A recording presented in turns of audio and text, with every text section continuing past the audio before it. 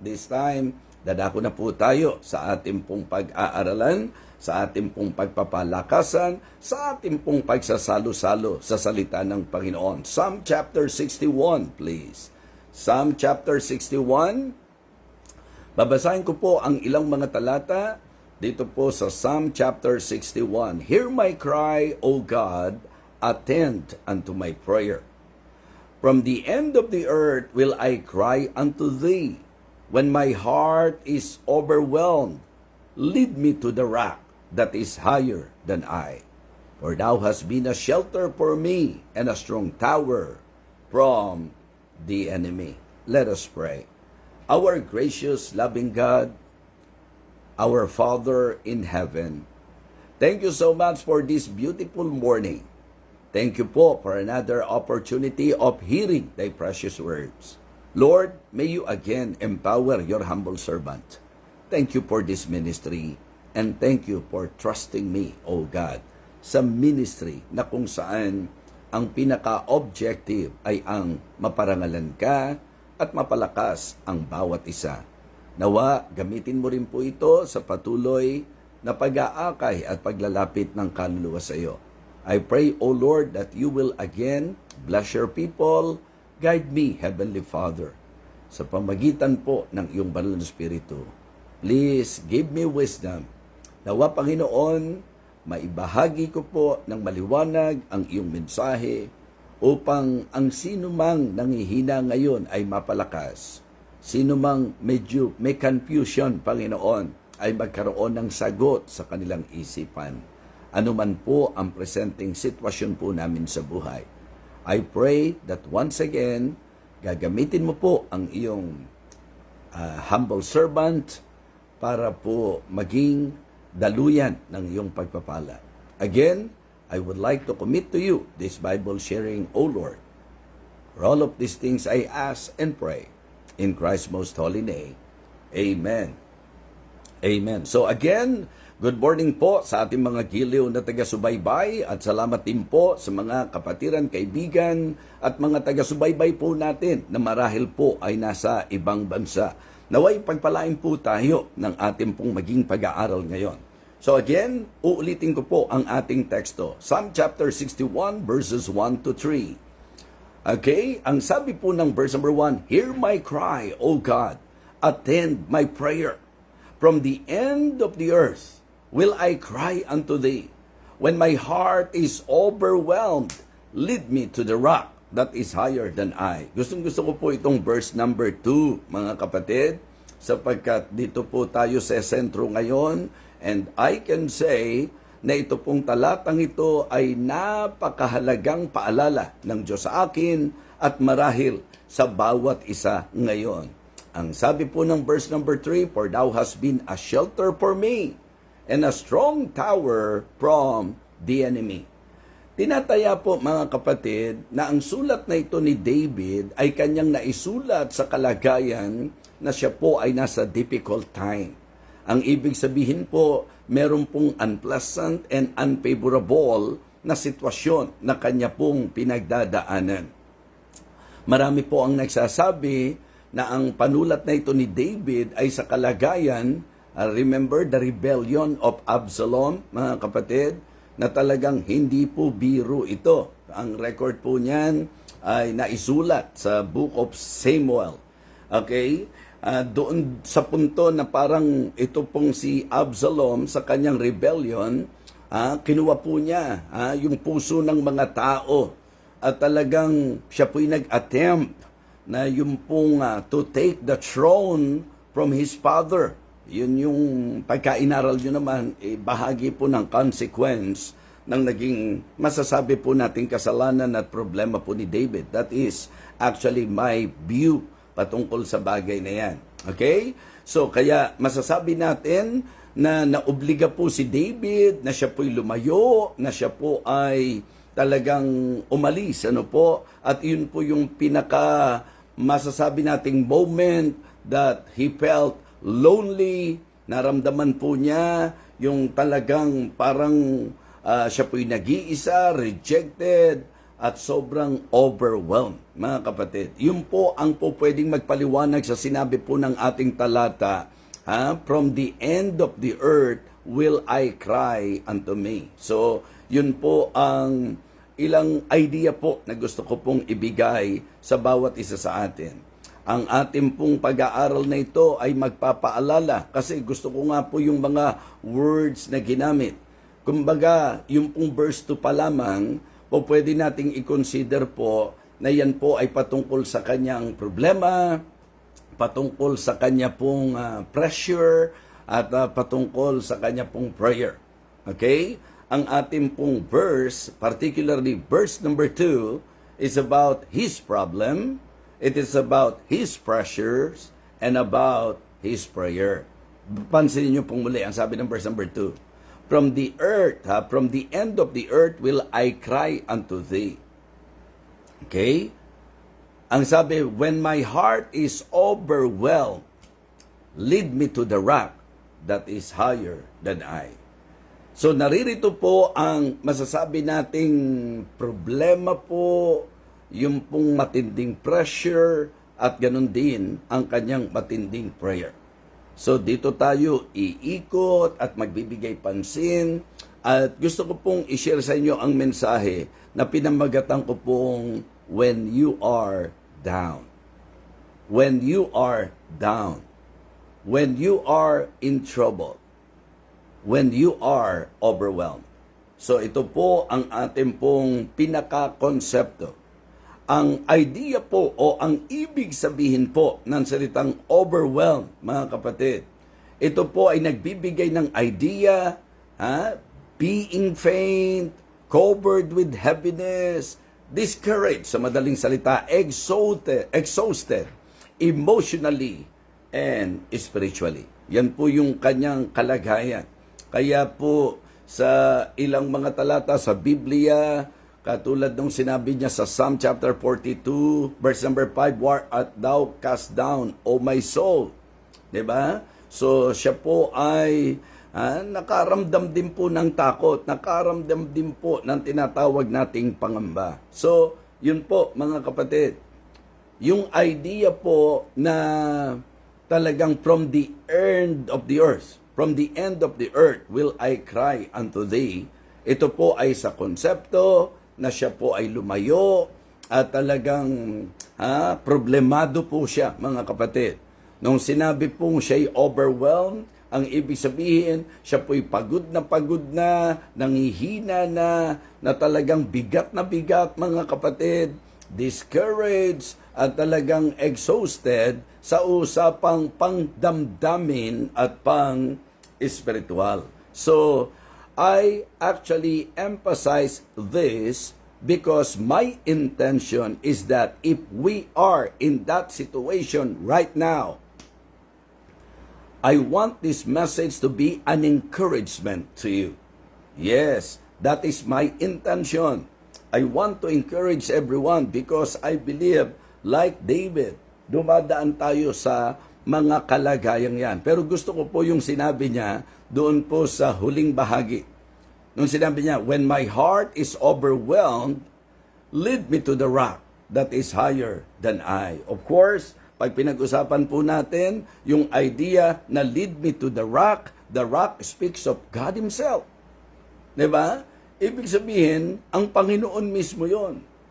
Sapagkat sa Panginoon, nandoon po ang tinatawag nating stability na anuman ang mangyari, hindi ka basta mayayanig kung ikaw ay talagang mga hawakan. To the rock that is higher than you. To the rock that is higher than me. To the rock that is higher than all of us. So, stability po yan.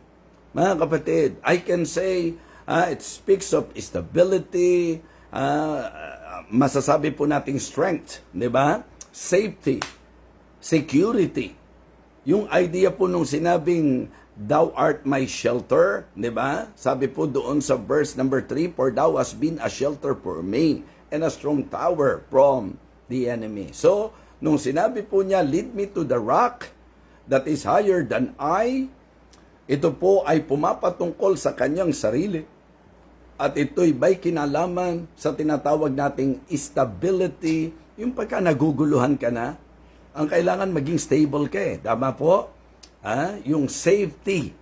Alam nating may mga dangers, pero maganda po na talagang panghawakan natin na dahil sa ating pong kinikilala, meron tayong tinatawag na kaligtasan. Meron pong kalakasan sa panahon ng kahinaan. At meron pong seguridad kahit may bagyo pa tayo sa buhay. So mga kapatid, mga minamahal, again, umaasa po ako na mapapalakas po tayo ng ating mensahe ngayon. David realized that he could not lift himself up. May mga pagkakataong ganon, may mga sitwasyon po tayong ganon, na talagang nakita niya na kailangan niya ang Diyos na maglilid sa kanya.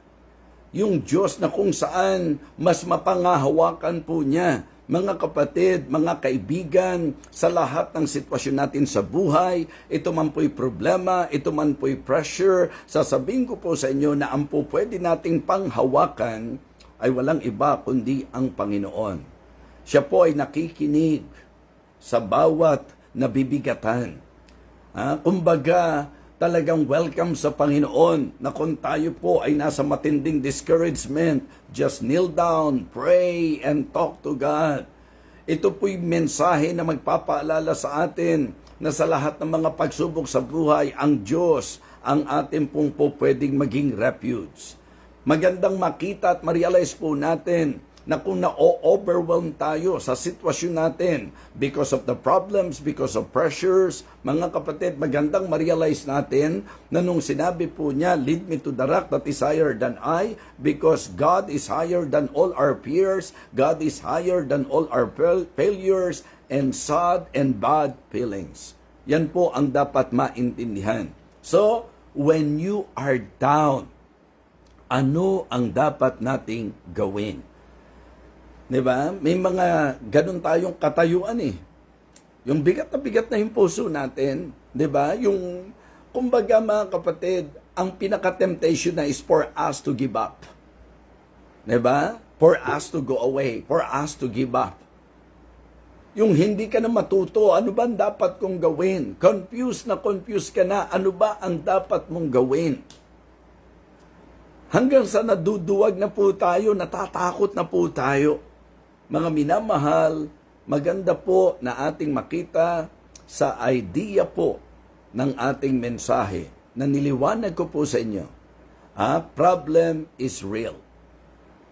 Ang problema po ay tunay. Hindi kathang-isip yan. Ang katunayan po niyan, I believe, presently, meron kanyan. Amen? All of us, presently, we are encountering or facing problems sa buhay po natin. Ngayon, ginamit ko po yung salitang problem, na sabi ko nga, lahat naman ng tao may problema eh. Kaya nga, ang lagi nating biro, malaki ang problema ng taong walang problema. Sapagkat hindi po normal yon. Ang normal po, may problema talaga ang bawat tao. Sa kalagayan po ni David, as what I have said, na talagang puposible dahil kahit ang mga nag-aral, tinataya na ang panulat na ito ay sa katayuan na si David po ay problemado, siya po ay nasa difficult situation ng kanyang buhay na nagdala sa kanya sa kapasyahan na siya po'y lumayo, mga minamahal. Kaya nga napil niya yung tinatawag nating loneliness. Napil po niya mga kapatid, yung pong feeling of rejection. Ewan ko ako personally, gusto kong sabihin sa inyo na minsan, kapag ka po may na-experience tayo, meron po tayong problema, minsan parang natutulala ka na lang eh. Di ba? Para bang nabablanko ka. Yung hindi mo alam, ano ba dapat kong gawin? Ano ba ang dapat kong maging hakbang? Ano ba ang dapat kong maging desisyon? Sinasabi ko po ito sa akin mismo. Personally, I can say, because sometimes, ang thinking ng mga tao, the reason kung bakit nakapagpapatuloy ako, dahil nakikita niyo po ako lagi, tuloy-tuloy lang sa ministry, pero normal din po ako. May mga problem din po ako, mga kapatid, na kung saan talagang nagbibigay ng tinatawag na isipin sa akin. So, ang problema po, bahagi yan. Pero yung pagkayan po ay talagang masasabi nating mas tumitindi pa, pressure na po yan. 'Di ba? Pag hindi po natin na-handle properly, hindi lang yung problema eh. Kasi in handling, ang unang magandang ma-handle po natin, sarili po natin. We need to first learn how to handle ourselves. At saka palang papasok yung mga struggles. 'Di ba?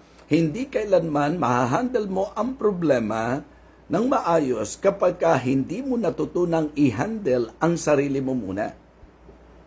So you better compose yourself first.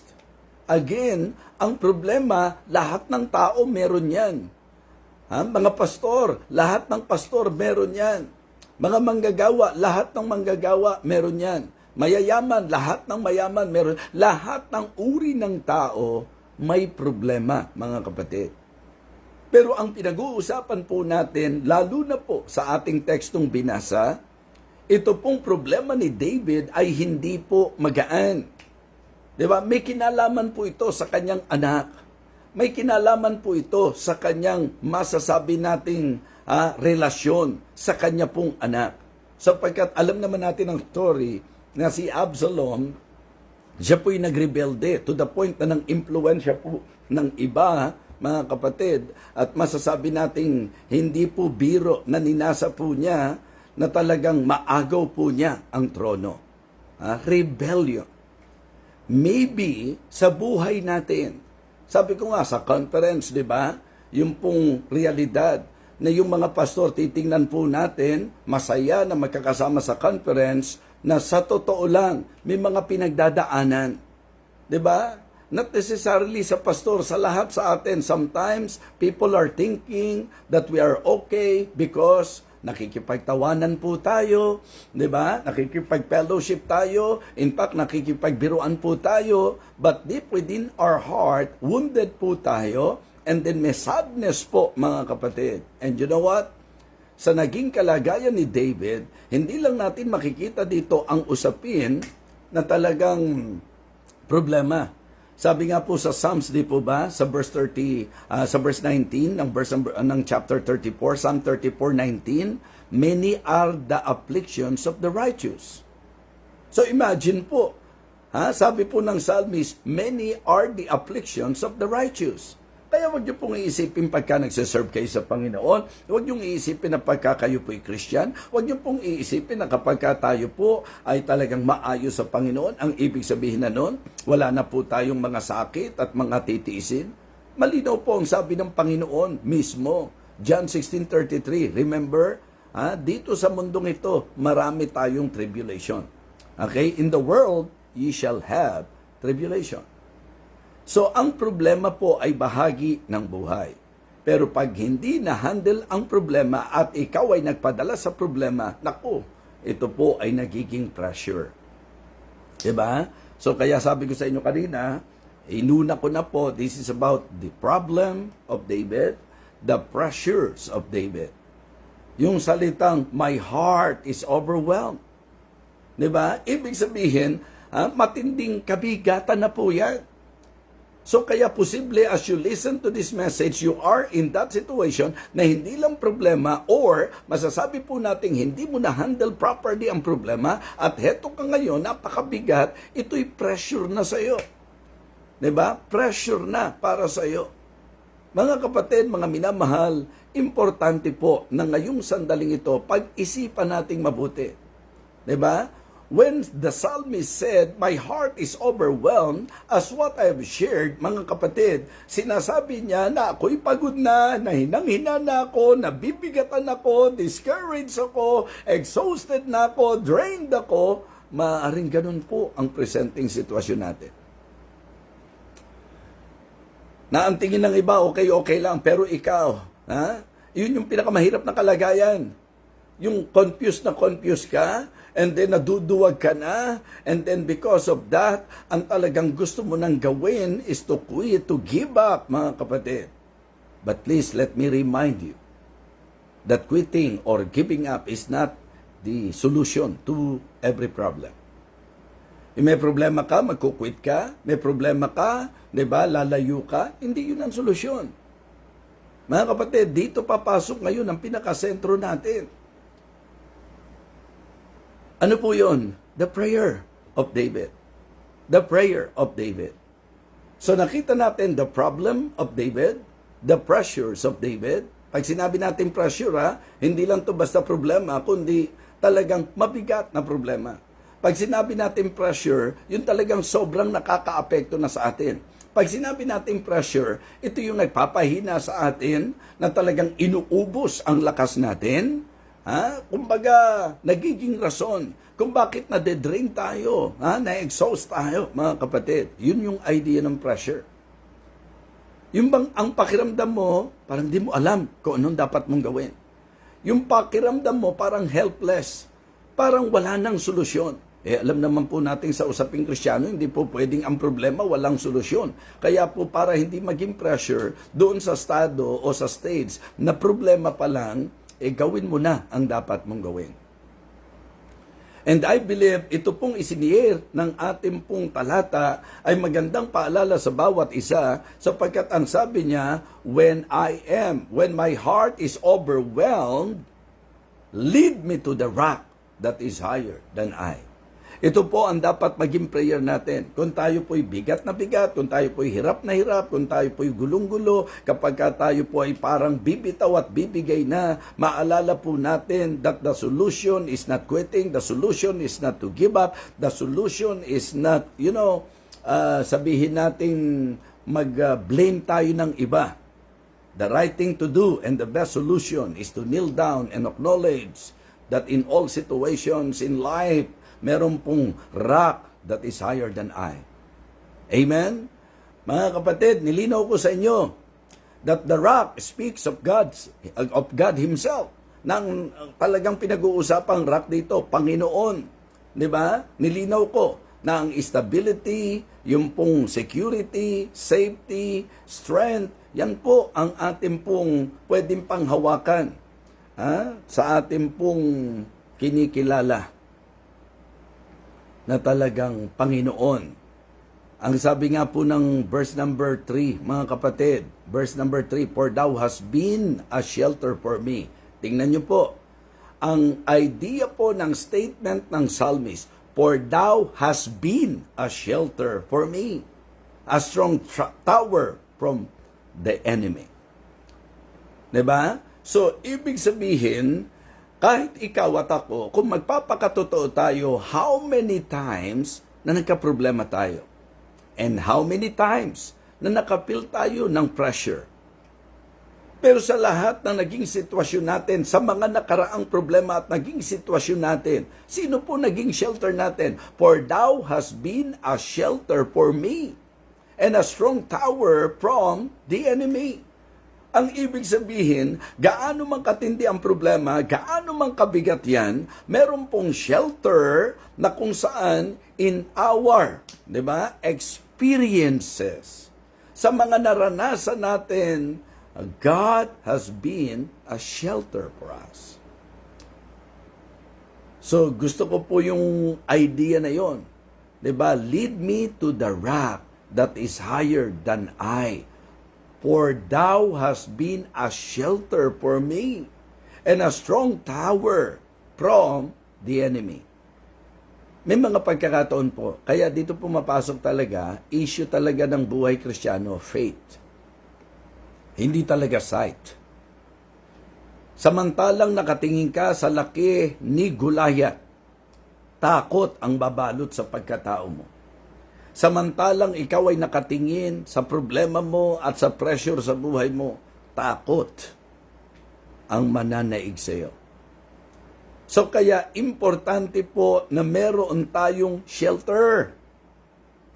Importante po na meron tayong strong tower. Meron tayong refuge, mga kapatid. So, shelter is very important. Strong tower is very important. Yung idea po, kanlungan. At yung strong tower naman, ang idea po, tanggulan. Depends. So, ang ating matibay na depensa ay ang Panginoon. ang ating tiyak na kanlungan ay ang Panginoon. Kaya mga kapatid, mga minamahal, I know that all of us, we have problems and sometimes we are experiencing being pressured ng ating pong mga problema. So kaya ano po ang tama? Ano po ang dapat? Diba? Prayer ang kinakailangan. Para nang sa ganun mga kapatid, sa panalangin natin, di ba, doon natin ma-feel yung tinatawag nating presence of God. Doon natin ma-feel yung power of God, mga kapatid. Yes. Kung may problema ka, nandyan ang Panginoon na talagang magpapadama sa iyo ng kanyang presensya, ng kanyang kapayapaan at ng kanyang kapangyarihan. Yes, it is very important for me and for all of us to always feel the presence of God, and I want all of you to know that we need to do this by faith. Kasi siya po ang nagsabi, I will never leave thee nor forsake thee. So we better be confident of the presence of God in our lives. Alam nyo, kaya tayo nadadala ng problema? Kasi ang pakiramdam natin, iniwanan tayo eh. Ang pakiramdam natin, nag-iisa tayo. Kristiyano, lagi nyo pong tatandaan, never na mag-iisa ang totoong Kristiyano because we have that promise na sinabi ng Panginoon, I will never leave you nor forsake you. So kaya sa prayer, mga kapatid, doon papasok eh. Yung madama mo yung presence of God. Yung madama mo yung peace of God. Yung madama mo yung power of God. Amen? Yes. Kasi yun lang naman eh. Diba? Tingnan nyo po, simple illustration. Kapag meron tayong pinagdadaanan, ano po talaga ang napakaganda? May dalawang concept kasi. Yung idea, ayaw mo nang may makakausap. Well, sa usapang tao, naiintindihan ko that sometimes, kailangan mo talagang mag-withdraw sa tao, pero hindi pwedeng wala kang makakausap. Lalayo ka sa tao para kausapin mo ang Panginoon. Amen? To talk to God, to have time with God, mga kapatid. Yun po yung ating punto. Pero yung sasabihin nyo po, na i-isolate mo yung sarili mo, na pati sa Panginoon, hindi ka makikipag-communicate, magkukwit ka, hindi ka muna a-attend, di ba? So, magpapakalayo-layo ka, gusto mo makapagsarili, mga kapatid, mahirap po na tayo ay mag-iisa na kahit ang Panginoon hindi natin bibigyang pansin sa ating buhay. So, importante po na kung ako at ikaw ay may problema at pressure, di ba? Because according sa psalmist, na-experience niya, my heart is overwhelmed, then ang kanya naging prayer, lead me to the rock that is higher than I. For thou hast been a shelter. It is good to be reminded, brethren, na sa mga pinagdaanan mong problema, sino ba nag-rescue sa iyo? Sino ba naging kanlungan mo? Sino ba naging kalakasan mo? Kaya nga, ini-outline natin the prayer of David, the pressures of David, and the prayer of David. Diba? May problema, may pressure, pero mga kapatid, nakakatuwa na siya po ay talagang kumilala, tumawag sa Panginoon at ang prayer niya, lead me to the rock that is higher than I, at wag na tayo magpaligoy-ligoy pa. Ang ibig sabihin ni David, talagang sa Diyos pa din, sapagkat ang Diyos ang tinutukoy na rock, na siyang shelter and strong tower, di ba? Nandun yung stability, strength, security, and safety. Yun po yung basically the idea na yung pong rock na tinutukoy niya. Yan ang ating stability, safety, di ba? Sabihin natin strength and security. So, yun yung pino-point out natin ngayon. Ang pino-point out natin ngayon, pagka ako ay problemado, kapag ako ay pressured, ang gusto kong tukuyin, yung idea, when my heart is overwhelmed, ito yung dapat prayer natin, lead me to the rock that is higher than I, at ito po ang magdadala sa atin para ma-feel natin na hindi totoong hindi tayo nag-iisa, sapagkat dahil sa Panginoon, mga kapatid, sa presensya niya, kapag ikaw ay talagang sa Diyos ng hawakan, mapipil mo His presence, mapipil mo His peace, mapipil mo His power. Mararamdaman mo yung kanyang presensya, yung kanyang kapayapaan, at yung kanyang kapangyarihan. And that is exactly what we need sa mga problema po natin sa buhay. Kaya mga Kristiyano, mga kapatid, nawa, mabigyang pansin po natin ito. Prayer po ito ni David eh. Hear my cry, O God, attend unto my prayer. Ang sabi niya, from the end of the earth will I cry unto thee. Prayer po yan. When my heart is overwhelmed, lead me to the rock that is higher than I, for thou hast been a shelter for me and a strong tower from the enemy. This morning, I hope and I pray that the Lord again gives comfort sa bawat isa po sa atin. Mula po dito sa ating tinalakay. Isang napakahalagang devotional message for all of us to realize that God is our stability, God is our safety, God is our strength, and God is our security. He is our shelter, He is our strong tower. Kaya mga kapatid, maganda na sa buhay natin, ma-feel natin His presence, His peace, and His power. Samantalang nakatingin ka sa bigat ng problema, hanggat ang attention mo nasa problema, maniwala ka, mako-confuse ka, mag-iisip ka, kakayanin ko ba to? Sa totoo lang, dapat definite sa atin. Di naman natin talaga kaya. Pero with God, kaya natin. Kasama natin ang Panginoon. Yung hindi natin kaya, kaya ng Panginoon. So, alisin mo na ang confusion. Establish in your mind that all of the situations in life, all trials and testings na ma-encounter mo, God is more than able to help you out of that problem. Tiwala lang. Tiwala lang sa Panginoon. And don't forget, sa mga panahon na nakaraan po natin, God, diba, have proven Himself sa atin pong lahat. So, when you are down, ano ang dapat? Diba? Lapit sa Panginoon.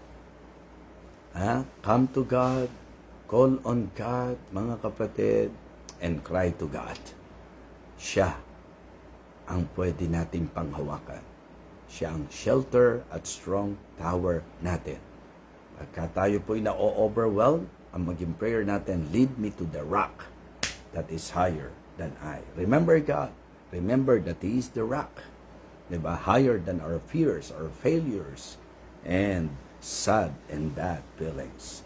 I hope na pinagpala po tayo muli ng ating pong mensahe ngayong umagang ito. And I praise the Lord, pagod ang katawan, pero ang Espiritu po ay talagang very eager na makapagbahagi po sa inyo ng salita ng Panginoon. So this time, tayo po'y manalangin muna. Salamat po, Diyos, sa mensahe na amin po napakinggan. Salamat po sa paalalang ito na dapat naming bigyang pansin, dakilang Diyos. And this morning, Lord, kung sino man po sa amin ang nasa trouble, sino man sa amin ang may mga testings and trials, or maybe may mga temptations, Lord, may you help us na talagang panghawakan ka namin lagi sa aming buhay. Thank you, Heavenly Father, because this is a very helpful reminder sa lahat po sa amin, sa anumang sitwasyon na aming pundaanan. Thank you, thank you. Kung meron po kaming kasama ngayon na may problema or maaring pressure na po ang kanyang nararamdaman sa bigat ng kanyang problema, Lord, may you remind that person o sino man po sa amin na talagang merong kaming po pwedeng panghawakan. May you lead us to the rock. Panginoon, salamat. Salamat po. Umaasa po ako na ang mga nakinig ay hindi lamang po natuto at nakakuha ng mensahe o outline, kundi nakausap talaga ng iyo pong salita at na-deal sa amin pong spiritual needs. Thank you so much for always blessing this ministry. May you continue to bless the Believer's Breakfast with BFDB. Lord, thank you. Thank you so much. Ito po ang aming panalangin. Again, inilalapit po namin si Teacher Tessie. Palakasin mo siya. Makarecover po siya completely, Panginoon. Alam ko po na may kinalaman ang init ng panahon ngayon, pero alam kong ang biyaya mo po, ang lakas mo po, ang kapangyarihan mo po ang pwede namin panghawakan. At sa mga magsa-celebrate po ng anniversary, church anniversary, nawa maging matagumpay po ang lahat ng ito para sa iyong kapurihan. At ang iyong lingkod, Panginoon, may you continue to strengthen me, to help me, protect me, lalo na po sa magiging biyahe pa po namin. Thank you so much na kami po'y nakapag-serve sa iyo, Panginoon. It is always our joy to serve you. At ang buhay namin ay magamit mo. Ito po ang aming panalangin sa pangalan po ng aming Panginoong Jesus. Amen. Amen. Okay, praise the Lord.